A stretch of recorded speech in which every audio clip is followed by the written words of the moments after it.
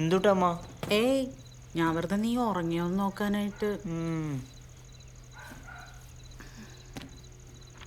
അമ്മ എന്തുട്ടമ്മ അതൊക്കെ നോക്കണേ? എനിക്കെന്താ നിന്റെ ബുക്കൊന്നും എടുക്കാൻ പാടില്ലേ?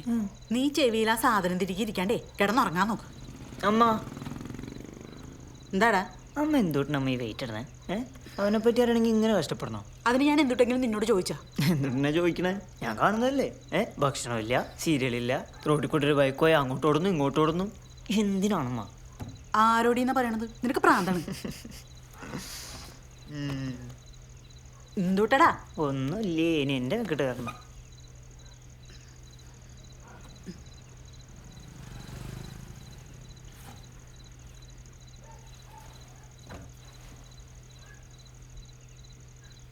നീ ചോദിക്കണതും പറയണതും എനിക്ക് മനസ്സിലാഞ്ഞിട്ടൊന്നുമല്ല. പക്ഷേ അതിനൊക്കെ എന്നിട്ട് മറുപടി പറയേണ്ടത് എനിക്ക് അറിഞ്ഞൂടാ. നിനക്കറിയോ, നിന്റെ അച്ഛൻ മരിച്ചതിൻ്റെ അടുത്ത ദിവസം അവനെൻ്റെ വയറ്റിലുണ്ടെന്ന് ഞാൻ അറിയണം. ജനിച്ചു വീണപ്പോൾ തൊട്ട് അവന് വേണ്ടത് എന്തും, അതിപ്പോൾ ഭക്ഷണമായാലും അല്ലെങ്കിൽ ചെറിയ കളിപ്പാട്ടായാലും ശരി, ചോദിച്ചും കരഞ്ഞും ഒക്കെ വാങ്ങിച്ചെടുക്കാൻ അവനറിയായിരുന്നു. 1.5 വയസ്സിന് മൂത്തതാണെങ്കിലും ഒന്ന് വെച്ചെന്ന കരയാൻ പോലും നിനക്കറിയില്ല.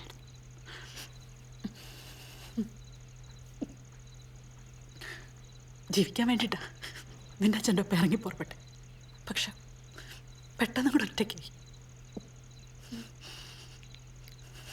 ആരുടെ സഹായം ഇല്ലാണ്ട് നിങ്ങൾ രണ്ടെണ്ണങ്ങളെ വളർത്താൻ ശ്രമിച്ചപ്പോൾ, അല്ലെങ്കിൽ നിന്റെ കാര്യത്തിൽ കൂടുതൽ ശ്രദ്ധ വേണ്ടി വന്നപ്പോൾ അവൻ്റെ പല കാര്യങ്ങളും എനിക്ക് കണ്ടില്ലെന്ന് നടിക്കേണ്ടി വന്നു. മനഃപൂർവ്വമല്ല. അപ്പോഴത്തെ എൻ്റെ അവസ്ഥയിൽ എനിക്കത്ര പറ്റുള്ളായിരുന്നു. ഒരു 10 രൂപ കിട്ടിയാൽ അവൻ ചോദിച്ച മിഠായിക്ക് പകരം നിനക്കൊരു നേരത്തെ മരുന്ന് വാങ്ങാനാണ് ഞാൻ നോക്കി. അതൊക്കെ അവനും മനസ്സിലാവുമെന്ന് ഞാൻ കരുതി.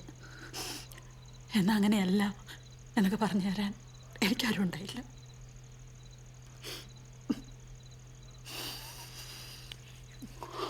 ഞാനിപ്പോൾ എന്തുകൊണ്ടാ നിന്നോട് ഇതൊക്കെ പറയണമെന്ന് എനിക്ക് അറിഞ്ഞൂടാ.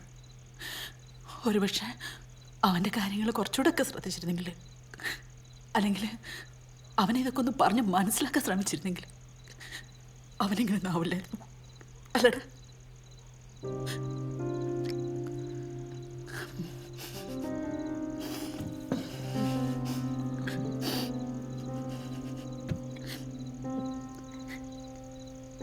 എനിക്ക് അവനെ ഒന്ന് കാണണം.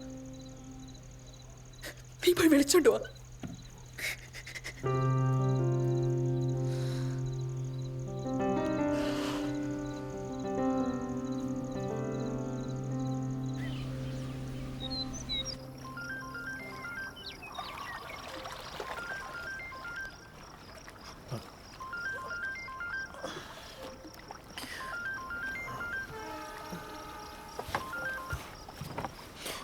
ഹലോ.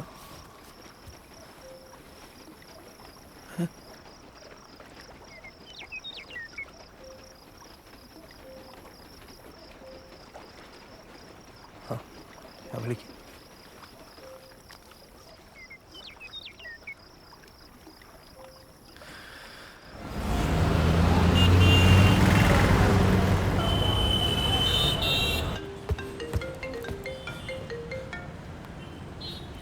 സിദ്ധു, ഞാനിപ്പോൾ ജസ്റ്റ് ഓഫീസിൽ എത്തിയിട്ടുള്ളൂ. ഞാൻ കണ്ടിട്ട് വിളിക്കാം. നീ ടെൻഷൻ അടിക്കാണ്ടിരിക്കേ, ഞാൻ വിളിക്കാം.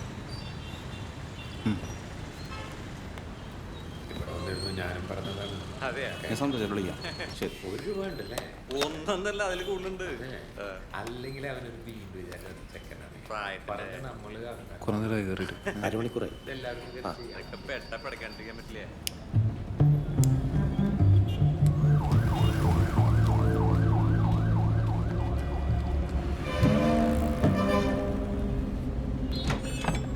ഞാൻ പറയാതെ രസമാണ് സംഭവം.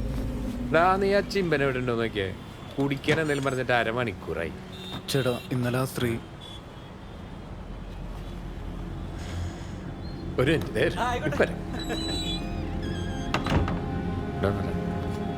നിന്നോട് ഞാൻ പറഞ്ഞിട്ടുണ്ട് ആളുകൾ വന്നിരിക്കുമ്പോൾ മറ്റൊരു വർത്താനായിട്ട് വരരുതെന്ന്. ഒരു സെക്കൻഡ്.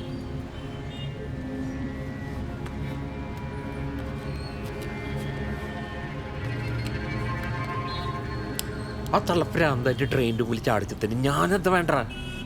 ചേട്ടാ അതല്ല, അതിനാ സുഖമില്ലാത്ത ചെക്കനെയാണ് പോലീസ് പിടിച്ചു വെച്ചിരിക്കുന്നത്. അതിന് സിദ്ധു ടെൻഷൻ അടിച്ചിട്ട് കുറേ എന്നെ വിളിച്ചു.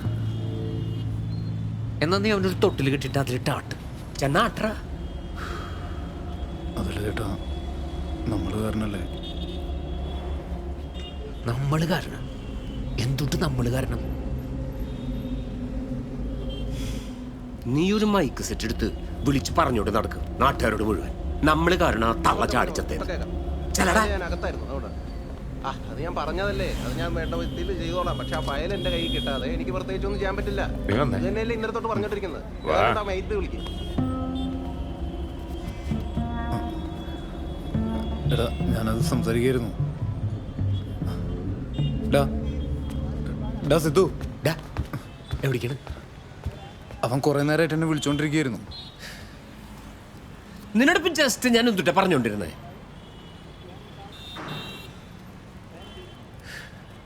നീ ഒരു നടക്കി പോണ ലക്ഷണമില്ലാട്ടാ. ഞാൻ പല രീതിക്ക് ആലോചിച്ച് നോക്കി, ഒരു ഐഡിയയും കിട്ടണില്ല എനിക്ക് നിന്നെ പറ്റിയിട്ട്. നിന്നെ കൊണ്ട് പറ്റും. ഇങ്ങടക്ക് എന്താണെന്നറിയോ, ഭാര്യയും പിള്ളേരെയും പിന്നെ നിന്റെ കൂട്ടുകാരില്ലേ അവരും കൂട്ടി വല്ല ലുലുമാളിലോ സിനിമ ഹോട്ടലിൽ കയറി നടക്കാൻ. അത് പറ്റൂട്ടാ. എന്നാ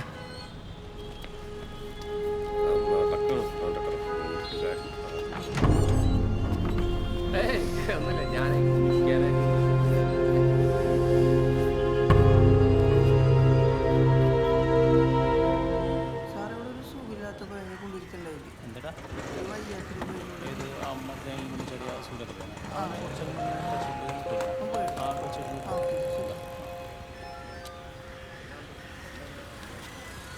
എടാ ഇവിടെ ഇല്ലടാ, ഇവിടെ നിന്ന് അവൻ പോയിന്ന് പറഞ്ഞ. അവരെന്തോ പാളം മുറിച്ചെടുക്കണ നേരത്ത് ട്രെയിൻ ഇടിച്ചാണെന്ന്. അപ്പൊ പോലീസ് മറ്റവനില്ലേ, അവൻ അവിടെ നിന്ന് കരഞ്ഞപ്പോ പോലീസുകാർ അവിടെ നിന്ന് ഇവിടെ കൊണ്ടിരുത്തി. അത് കഴിഞ്ഞ് കുറച്ച് കഴിഞ്ഞപ്പോ ആരോ അറിയാൻ പിടിക്കാന്ന് പറഞ്ഞപ്പോ അവരോട് വിട്ടു. നീ ടെൻഷൻ അടിക്കില്ലേ? വാ.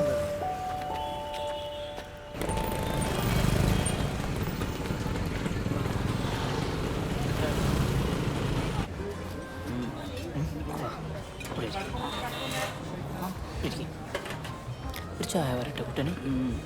ഒരു ചായ ഞാനിപ്പോ കേട്ടോ. പോരാ അവിടെ ഇരിക്കേ. പോരാ.